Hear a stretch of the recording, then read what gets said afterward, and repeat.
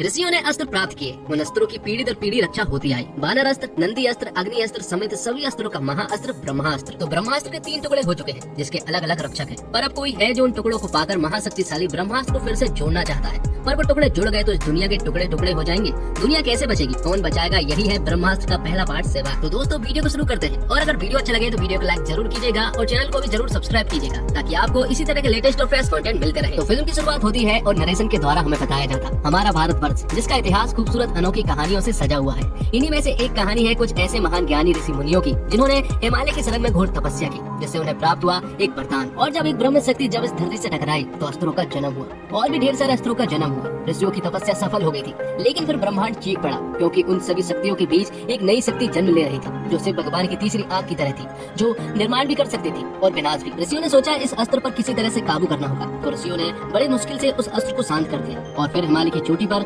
सबसे शक्तिशाली अस्त्र का निर्माण हुआ, जिसका नाम था ब्रह्मास्त्र। तब ऋषियों ने ब्रह्मास्त्र के सामने अपना सर झुकाया। तब से वो कहे जाने लगे ब्रह्मांस। पीढ़ी दर पीढ़ी इन ब्रह्मांसों ने गुप्त रहकर इन सारे अस्त्रों की रक्षा की। फिर कई सदियां बीत गई और लोग इन अस्त्रों के बारे में भूलते चले गए। जिसके बाद कहानी आती है प्रेजेंट में, जहाँ हम शिवा नाम के एक लड़के को देख पाते हैं। उसके पास भी शक्तियाँ हैं, लेकिन वो उन शक्तियों से बिल्कुल अनजान है। लेकिन कभी कभी उसे बीच बीच में कुछ ऐसे सपने आते रहते हैं, जैसे कि वो इन सभी चीजों से जुड़ा हुआ हो। शिवा अपने सपनों में कुछ विलनों को देखता है, जिनके नाम थे जोर, जुनून और रफ्तार। दरअसल ये लोग ब्रह्मास्त्र के उन टुकड़ों की तलाश में हैं, जो कि बिखर चुके थे। लेकिन उन्हें मोहन नाम के एक आदमी के बारे में पता चला है, जो कि ब्रह्मास्त्र का एक आदमी था। और जोर, जुनून और रफ्तार को पूरा शक है कि मोहन के पास ब्रह्मास्त्र का एक टुकड़ा जरूर है। मोहन असल में एक साइंटिस्ट है और जिसका रोल प्ले किया है शाहरुख खान ने। तो जोर, जुनून और रफ्तार मोहन के घर में घुस जाते हैं, जिसके बाद उन सभी के बीच में एक जोरदार फाइट होती है। और यहाँ पर हमें पता चलता है कि मोहन के पास वानर अस्त्र है, जिससे कि वो रफ्तार में कहीं भी जा सकता है और हाई जंप लगा सकता है। लेकिन यहाँ पर जुनून मोहन को किसी तरह से काबू कर लेती है। लेकिन तभी शिवा की अचानक आंखें खुल जाती है। दरअसल आज नवरात्रि का आखिरी दिन, मतलब की दशहरा है, और एक बहुत बड़ी पार्टी भी चल रही होती है। इसी पार्टी के बीच शिवा ईसा को देखता है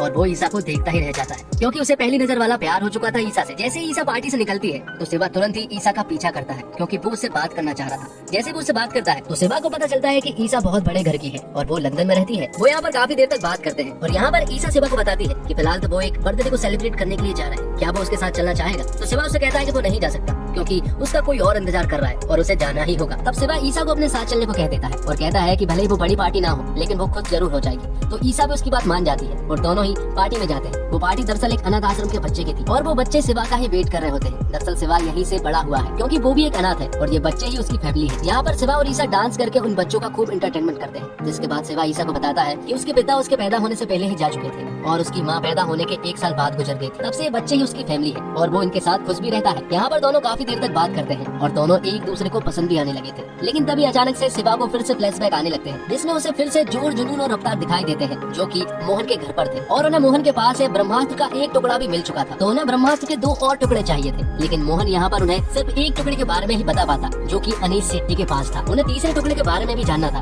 लेकिन इससे पहले कि वो जान पाते, मोहन कुर्सी समेत ऊपर से नीचे कूद जाता है और सुसाइड कर लेता है। अगले दिन शिवा ईसा से मिलता है और उसे इन सारी चीजों के बारे में बताता है कि उसने सपने में मोहन को देखा, जो कि एक साइंटिस्ट था, लेकिन कल वो मर गया है। और अखबार में न्यूज आई है कि उसने सुसाइड किया है, जबकि उसने सुसाइड नहीं किया है। उसे तो जोर, जुनून और रफ्तार ने मारा है और वो पुलिस के पास भी नहीं जा सकता, क्योंकि पुलिस वाले उसकी इस पागलपन को नहीं मानेंगे। लेकिन ईसा उसे कहती है कि उसे उसके ऊपर पूरा विश्वास है। साथ ही यहाँ पर शिवा ईसा को अनीस शेट्टी के बारे में भी बताता है। वो कहता है कि अब वो किलर्स उसे मारने के लिए जा रहा है और अनीस फिलहाल बनारस में है और शिवा कहता है कि उसे बचाना ही होगा। तो ईसा भी उसके साथ जाने के लिए कहती है और वो दोनों बनारस पहुंच जाते हैं। दोनों साथ में काफी सारा टाइम स्पेंड करते हैं और दोनों एक दूसरे को पसंद भी करने लगे थे। लेकिन तभी अचानक से शिवा के हाथ में आग लग जाती है और ये देखकर ईसा घबरा जाती है। तो शिवा उससे कहता है कि उसे आग से डर नहीं लगता, बचपन से ही उसका आग से गहरा कनेक्शन है। आग से उसका हाथ जलता नहीं है, लेकिन उसने ये बात किसी को भी नहीं बताई। लेकिन तभी शिवा की नजर पड़ती है जोर, जुनून और रफ्तार पर, जो कि उसी जगह पर जा रहे थे जहाँ पर अनीस शेट्टी था। तो शिवा तुरंत ही उनके पास जाता है और उनके बीच में एक जोरदार फाइट होती है। इससे पहले कि वो लोग शिवा को मार देते, तभी अनीस की एंट्री होती है और वो इन दोनों को बचा लेता है। यहाँ पर हमें ये भी पता चलता है कि अनीस के पास नंदी अस्त्र है, साथ में उसके पास ब्रह्मास्त्र का दूसरा टुकड़ा भी है, इसीलिए जोर, जुनून और रफ्तार उसके पीछे आए थे। यहाँ पर अनीस वो टुकड़ा शिवा को दे देता है और आश्रम जाने को कहता है, क्योंकि उसे मालूम है कि वो लोग इनके पीछे जरूर आएंगे। और उसे ब्रह्मास्त्र के इस दूसरे टुकड़े के बारे में बहुत अच्छे से मालूम है कि इसे आश्रम जरूर पहुंचाना होगा, वरना बहुत बड़ी प्रॉब्लम हो सकती है। लेकिन तभी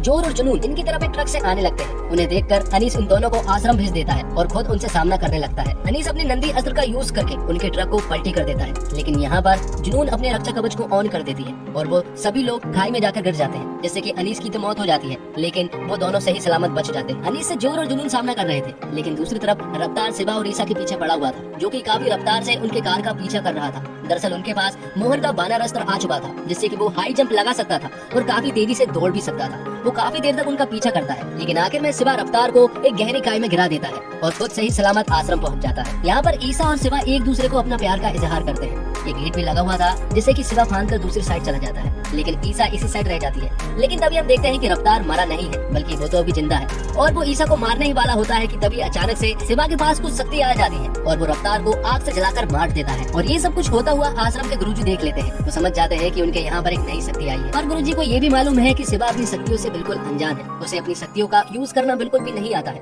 उसे बहुत कुछ सिखाना होगा। लेकिन सिवा उनसे कहता है कि वो उनकी लड़ाई में साथ नहीं दे सकता, क्योंकि वो ईसा से बहुत प्यार करता है और वो उसे खोना नहीं चाहता। तब गुरुजी उससे कहते हैं कि अगर उसे अपने मम्मी पापा के बारे में जानना है तो उसे यहाँ पर रहना होगा और बहुत कुछ सीखना होगा। तब ईसा को वापस भेज दिया जाता है, क्योंकि सिवा की ट्रेनिंग स्टार्ट होने वाली थी। गुरुजी को मालूम है कि सिवा के पास अग्नि अस्त्र है, लेकिन उसे कैसे यूज करना है सिवा को बिल्कुल भी नहीं मालूम है। जब वो प्रॉब्लम में फंसता है तो अग्नि अस्त्र अपने आप सामने आ जाता है और उसकी रक्षा करने लगता है। दूसरी तरफ हम जोर को देखते हैं, जो कि ईसा के पास गया था। दरअसल वो आश्रम की लोकेशन जानना चाह रहा था और उसके पास नंदी अस्त्र भी था, जो कि उसने अनीस सेफ्टी से लिया था। लेकिन ईसा के पास कई सारे प्रोटेक्टर थे, जो कि उसे बचा लेते हैं। ईसा के ऊपर जो अटैक हुआ, इस अटैक का एहसास सिवा को भी हो जाता है और वो तुरंत ही ईसा के पास कॉल करता है। ईसा कहती है कि वो बिल्कुल ठीक है, क्योंकि ईसा प्रॉब्लम में आ चुकी थी और वो काफी परेशान भी हो चुका था। इसलिए सिवा को अपनी शक्तियों का एहसास होने लगता है और वो आग के गोले बनाकर अपनी शक्तियों को महसूस करने लगता है, जिसके बाद उसकी ट्रेनिंग शुरू हो जाती है और वो सही तरीके से अपने शक्तियों का इस्तेमाल करने लगता है। तब गुरुजी उसे सारे अस्त्रों के बारे में बताते हैं कि किस अस्त्र का क्या यूज है। सबसे पहले वो नंदी अस्त्र के बारे में बताते हैं, जो कि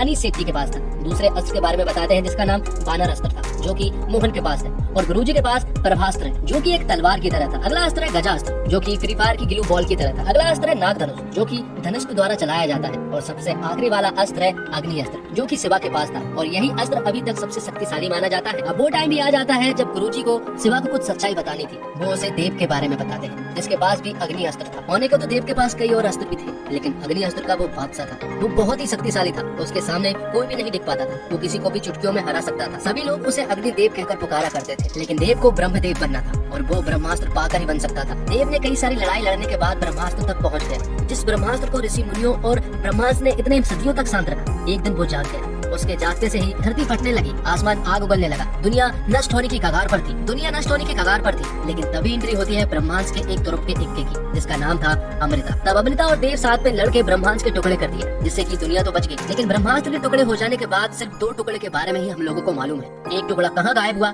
ये नहीं मालूम। और जिस द्वीप पर ये लड़ाई हो रही थी, उस द्वीप को समुद्र निकल गया, जिससे कि देव और अमृता की मौत हो गई। लेकिन ऐसा दुनिया वालों को लगता है, क्योंकि अमृता तब भी जिंदी थी और देव और अमृता के बीच में जो संबंध था वो प्यार का संबंध था और शिवा उन दोनों का ही बेटा है। यहाँ दूसरी तरफ जुनून ने सारे गांव वालों को अपने बस में कर लिया था और एक विशाल फौज बना ली थी। वो बस ये जानना चाह रहे थे कि आश्रम कहाँ पर है। जैसे उन्हें आश्रम के बारे में पता चलेगा तो वो वहाँ पर आक्रमण करके उन सारे बचे हुए ब्रह्मास्त्र के टुकड़े को पालेंगे। तो खुद की सच्चाई जानने के लिए शिवा जुनून की उस माला को पहन लेता है और जैसे ही वो पहनता है तो वो एक अलग दुनिया में खो जाता है। उसे एक बहुत बड़ी मूर्ति दिखाई पड़ती है, लेकिन इससे पहले कि कुछ हो पाता जुनून को उनके बारे में पता चल जाता है और वो उन्हें पकड़ने के लिए जाने लगते हैं। लेकिन यहाँ पर गुरुजी अपने प्रभास्त्र से उन सभी लोगों को रोकते हैं और तुरंत ही आश्रम पहुँच जाते हैं। आश्रम आने पर उनसे पता चलता है कि ईसा वापस आ चुकी है और जैसे ही वो ईसा के पास जाता है तो वो उसे देखकर बहुत खुश हो जाता है, क्योंकि वो दोनों बहुत दिनों के बाद मिल रहे थे। तो ईसा ने यहाँ पर शिवा की कुछ चीजें अपने साथ लेकर आई थी, जिनमें की एक शंख भी था। उस पर जब शिवा अपनी खून की कुछ कतरे डालता है तो वो बदल कर तीसरा टुकड़ा बन जाता है। मतलब कि अमृता के पास ही वो तीसरा टुकड़ा मौजूद था और उसने किसी को भी इस बारे में नहीं बताया था। तो वो सभी लोग बात कर ही रहे होते हैं कि तभी अचानक से जुनून की पूरी गैंग यहाँ पर आ जाती है।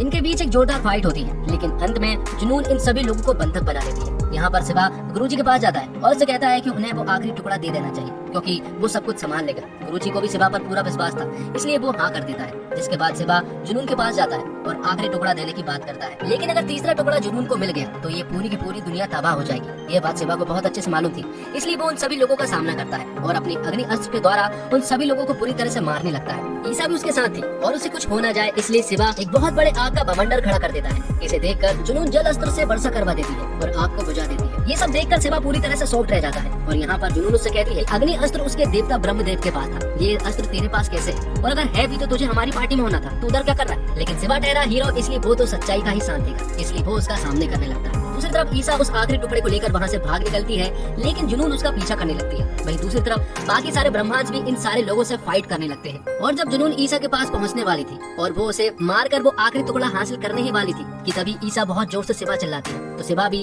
गुस्से में तुरंत ही ईसा के पास आता है और जुनून के सामने खड़ा हो जाता है। तो सिवा यहाँ पर सबसे पहले जोर को मारता है, जिसके पास नंदी अस्त्र था। जिसके बाद वो जुनून से लड़ने की कोशिश करता, अग्नि अस्त्र को यूज भी करता, लेकिन जुनून का साथ अग्निदेव दे देते हैं, जिससे कि जुनून के ऊपर अग्नि अस्त्र का कोई भी प्रभाव नहीं पड़ता और वो आखिर में ब्रह्मास्त्र के 3 टुकड़े पाल लेती है और वो उन्हें जोड़ भी देती है। जैसे ही ब्रह्मास्त्र पूरा होता है, सबसे पहले जुनून ही मारी जाती है और फिर से वही हाल होता है जो कि सालों पहले हुआ था। जमीन फटने लगती है, एक बहुत बड़ा तूफान आता है, दुनिया नष्ट होने की कगार पर थी, लेकिन ईसा दूसरी तरफ फंसी हुई थी और सिवा इस साइड था। लेकिन अपने प्यार को बचाने के लिए सिवा कुछ भी करेगा, इसलिए वो अपनी जान की परवाह न करते हुए ईसा के पास पहुंचता है और उसे बचाता है। लेकिन अब उन्हें पता चल चुका था कि उन दोनों की जान जाने वाली है, क्योंकि वो एक ऐसी जगह पर फंसे हुए थे जहाँ पर दोनों का मरना एकदम तय था। जिसके बाद ब्रह्मास्त्र जाग जाता है और ब्रह्मास्त्र की सारी शक्ति सिवा के ऊपर पड़ती है, लेकिन सिवा की शक्ति इतनी ज्यादा थी कि वो ब्रह्मास्त्र की शक्ति को कंट्रोल कर लेता है और सब कुछ नॉर्मल हो जाता है। और ये सब कुछ प्यार की वजह से हुआ था, क्योंकि अगर सिवा ईसा को बचाने के लिए नहीं जाता तो ब्रह्मास्त्र की शक्ति सिवा के ऊपर पड़ती ही नहीं। तो गुरुजी आखिर में कहते हैं, इसलिए कहा जाता है कि प्यार ही वो अस्त्र है जो कि सभी अस्त्रों से सबसे बड़ा माना जाता है। तो दोस्तों, जब किसी फिल्म की रिलीज से पहले उसके VFX के ही ज्यादा चर्चे हो तो आपकी उम्मीदें बढ़ जाती है। ब्रह्मास्त्र के साथ ऐसा ही हुआ है। हर जगह फिल्म से जुड़े लोगों ने कहा कि इसे बनाने में बहुत साल लगे, ऐसे ग्राफिक्स नहीं देखे होंगे, लेकिन क्या वाकई ऐसे है? इस फिल्म के ग्राफिक्स फिल्म की जान है। आपको कुछ ऐसा दिखता है जो पर्दे पर पहले कभी नहीं देखा होगा, लेकिन बीच बीच में कुछ ऐसा भी होता है। कई बार तो इतनी आग दिखती है कि लगता है कि भाई फिल्म ही फूक दोगे क्या, लेकिन फिर कुछ ऐसा नजर आ जाता है कि आप चौंक जाते हैं। फिल्म को बनाने में जितनी मेहनत की बात की गई है वो कहीं न कहीं नजर आती है। तो फिल्म की शुरुआत से बताता हूँ। अमिताभ बच्चन की भारी आवाज से फिल्म खुलती है, उसके साथ चल रहे एनिमेशन के जरिए अपना मायर सेट कर देती है। फिर आता है शाहरुख खान का जावड़ कैमियो। आपकी उम्मीद फिल्म से बढ़ जाती है, गजब माहौल बनता है। फिल्म हमारे अरमानों को चने के झाड़ पर चढ़ाती है, फिर एकदम से वक्त बदल देती है और जज्बात बदल देती है। गाना बजने लगता है, लव स्टोरी चलने लगती है, अरमान धाराशाही हो जाते हैं। इसके बाद बीच बीच में एक आध क्लिपिंग सीक्वेंस आते हैं। इंटरवल के पहले तक फिल्म बहुत ही बोझिल हो जाती है, जबरदस्ती खींची हुई फिल्म लगने लगती है। हिंदी मसाला फिल्म के वही पुराने क्लीशे, वही लव स्टोरियां, बिना मतलब के गाने, पूरा स्वाद खराब हो जाता है। इंटरवल के बाद ऐसा लगता है कोई दूसरी फिल्म शुरू हो गई है। एक बार जो धुआंधार एक्शन शुरू होता है, फिल्म के क्लाइमेक्स तक रुकने का नाम ही नहीं लेता। सेकंड हाफ पहले से बहुत बेहतर है। हालांकि एक फिल्म को 2 हिस्से में बांटकर नहीं देखना चाहिए, पर फिल्म ऐसी है